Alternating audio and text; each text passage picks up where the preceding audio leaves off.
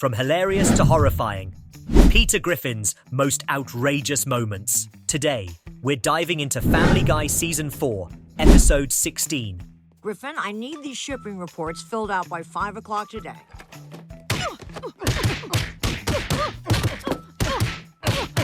The episode kicks off with Stewie getting annoyed by Peter's constant pranks, like the one where Peter fakes falling down the stairs. Classic Peter. At first glance, it's all slapstick humor, but let's take a deeper look. Could Stewie's frustration actually mask a desire for connection? Stewie often channels his emotions into sarcasm and elaborate schemes. Shame on us, Rupert. How dare we succumb to boredom while that wretched woman continues to breathe? She must be destroyed. With Lois out of the way, I could finally focus on my life's ambition of taking pictures of Madison County. The roller coaster moment, a twisted father-son bond. The heart and chaos of the episode happens when Peter realizes that Lois has more of a bond with Stewie than he does. Stewie's really been acting out lately, and I think it's because he's not spending enough time with you. It's time that you take an interest in your son. Starting today, I want you to spend more time with Stewie. Okay. Peter tries to win Stewie's affection by taking him to the roller coaster, a scene that's both hilarious and slightly unsettling. This moment speaks volumes about Peter's parenting style. Reckless, immature, and entirely unpredictable. But here's a fun twist. The roller coaster becomes a metaphor for their relationship. And when Stewie ends up having fun, it makes us wonder, does Stewie actually enjoy Peter's chaos deep down? Or is he just too young to realize how dysfunctional his father is? This parody reveals how Peter processes fatherhood through the lens of entertainment rather than genuine emotion. Could Peter's obsession with pop culture be his way of avoiding real emotional connections? Stewie's sudden shift. Affection or manipulation? As the episode nears its climax, we see a surprising shift. Stewie finally starts to enjoy spending time with Peter. But here's the big question. Is this a genuine moment of father-son bonding? Or is Stewie just manipulating Peter to gain control over him? The way Stewie vacillates between affection and sarcasm hints at his genius-level ability to manipulate relationships to suit his needs. And this is where the speculative storytelling comes in. Was Stewie really bonding with Peter? Or was this all part of a master plan to dominate the household dynamics? And here's the part you don't want to miss. If you stick around, you'll discover some wild fan theories that suggest Stewie's entire arc might be a long-con revenge scheme against Peter. So there you have it, folks. What do you think?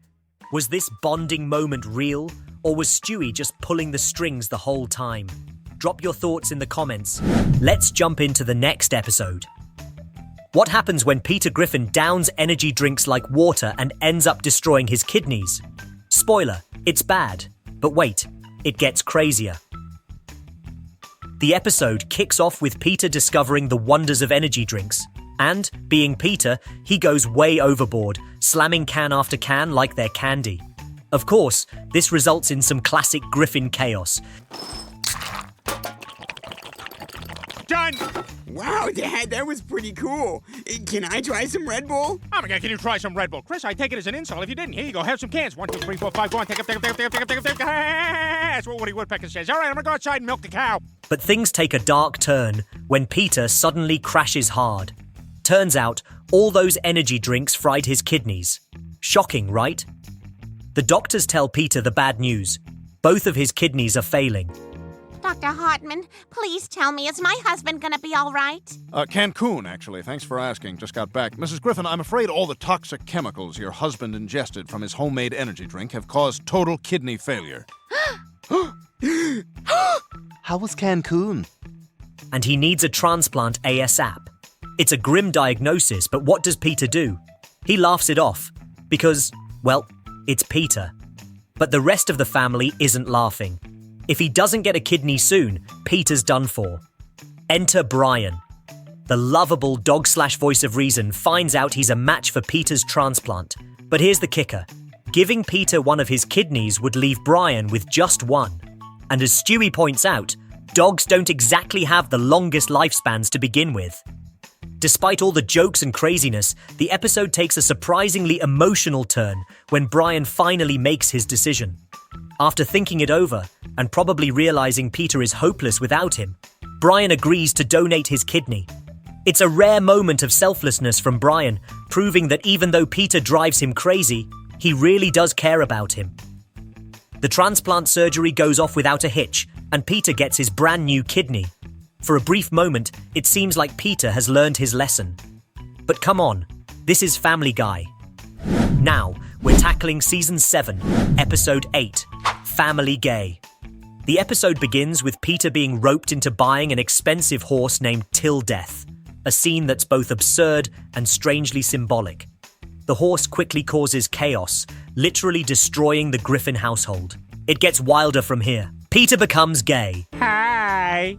So how'd the medical experiments go? So good, Lois, so good. I'm gonna squeeze right in here if my thighs will let me. Behavior experiment or identity crisis? The real plot kicks off when Peter participates in a medical experiment to earn extra money, and boom. One injection later, Peter turns gay. What makes this so interesting is that the episode plays with the idea of sexuality as a fluid concept versus an externally influenced behavior. The dance club scene, pop culture at its peak.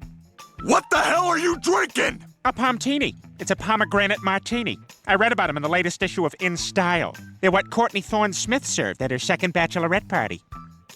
One of the standout moments is when Peter fully embraces his new lifestyle by going to a dance club.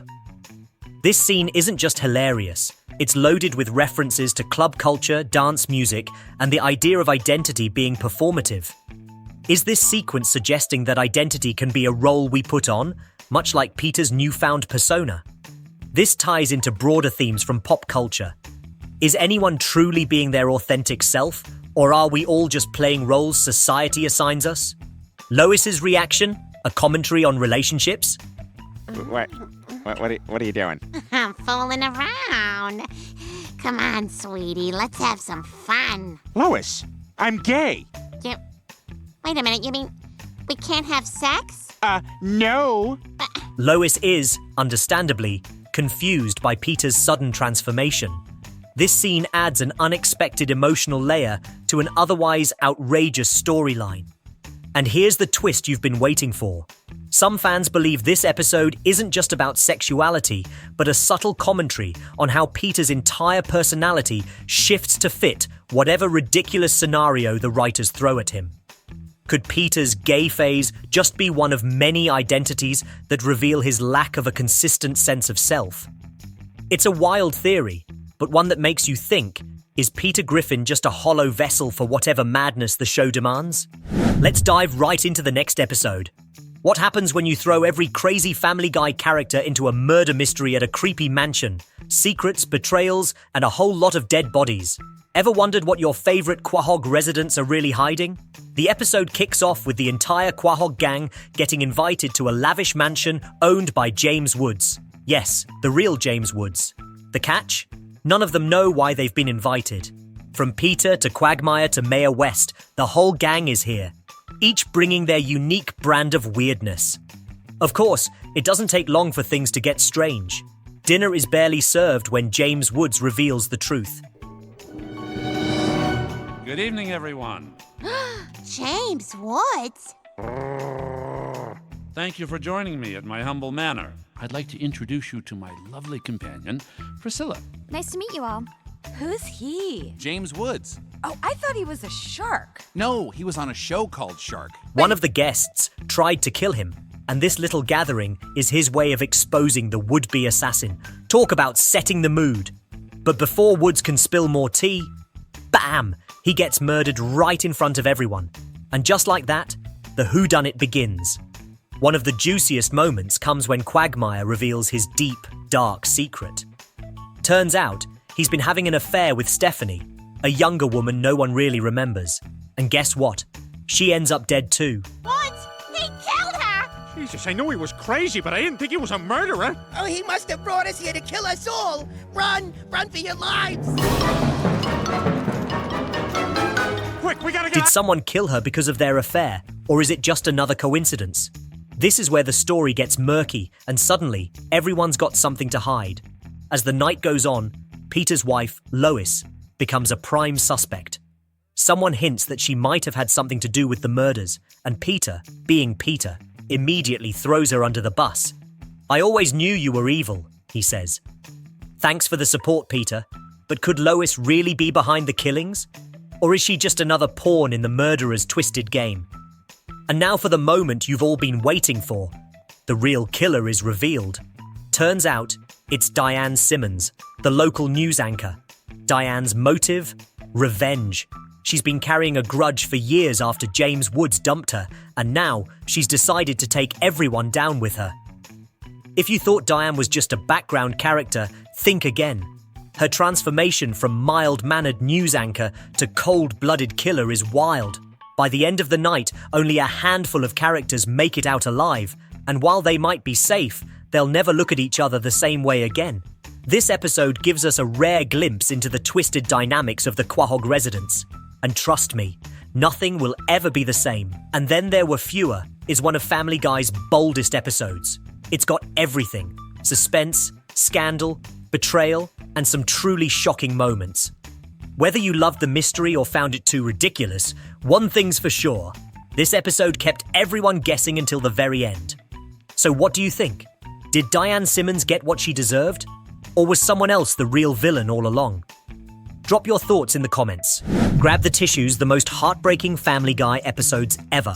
What would you do if you got locked in a vault with your best friend for an entire weekend? Think it sounds fun? Well, not if your friend is Stewie Griffin. Cut it out! I'm just trying to live my life. No one taught me about carbs. And if you think you've seen all the bizarre moments Family Guy has to offer, think again. This episode takes things to a whole new level.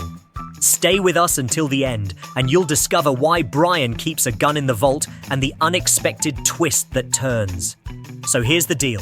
Brian and Stewie get trapped inside a bank vault for an entire weekend. No food, no water, and absolutely no way out. How do you think these two polar opposites will handle being stuck together? If you guessed not well, bingo. You're right. It starts with the usual back and forth bickering.